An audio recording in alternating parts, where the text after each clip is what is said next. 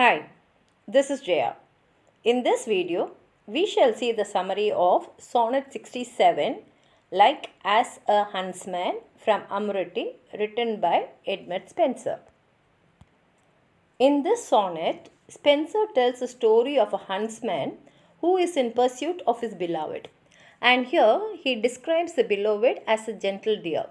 And the poem tells how the huntsman gets tired after chasing the deer for a long time, and finally he also gives up the decision of hunting the deer. And he is so tired because he was not able to catch the deer, and his mind is also exhausted.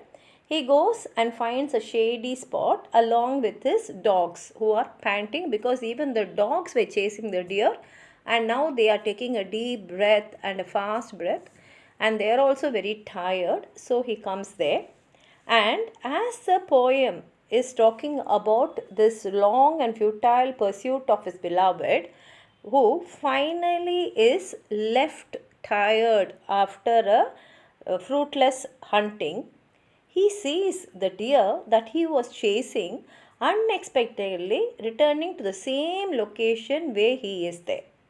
And after seeing the deer, immediately the speaker's love interest comes back to him. And it actually seems that the deer has come there because there is a brook nearby and it has come to drink the water to quench its thirst, because even the deer was running very fast to escape from the hunter and the dogs. And finally the deer sees the hunter, and the hunter goes close to the deer, holds it, and now the deer does not escape. It is as though it has given its consent to be with the hunter, and now both the hunter and the deer, they share a moment of connection. And finally this time the hunter captures the deer with her consent. That is, the deer willingly comes and joins the hunter, whereas initially the hunter was chasing the deer to capture it. Now let's see what he has written in the sonnet. Like as a huntsman after weary chase. Weary means tired. He is so tired after chasing the deer. Seeing the game from him escaped away. But after a long chase also, the deer has escaped from him. Now sits down to rest him in some shady place. Now after this long chase, unsuccessful chase, the hunter sits in a shady place. With panting hounds beguiled of their prey. Panting means like after you run for a long time, you will be taking long fast breaths. That is only panting. And he says even the dogs, since were not able to catch their prey, which is the deer, they also come and they join him. So after long pursuit and vain assay, vain means useless pursuit, when I all weary had the chase forsook. So now I've given up the chase. I've been chasing. Now here he comes to himself. He says that I also was chasing my beloved for a long time, and because it is not successful, now I have given up my chase. The gentle deer returned the self same way. After the hunter had given up his chase, the same gentle deer returns to the same safe place where the hunter is taking rest, thinking to quench her thirst at the next brook. The deer had come there to drink the water from the brook which was close by. She beholding me with milder look.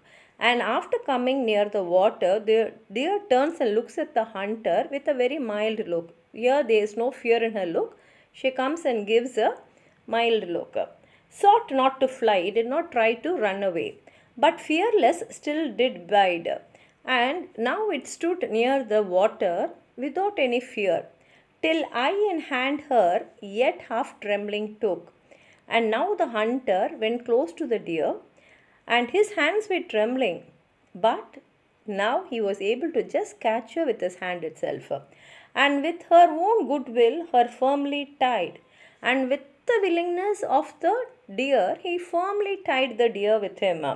Strange thing me seemed to see a beast so wild, so goodly one, with her own will beguiled.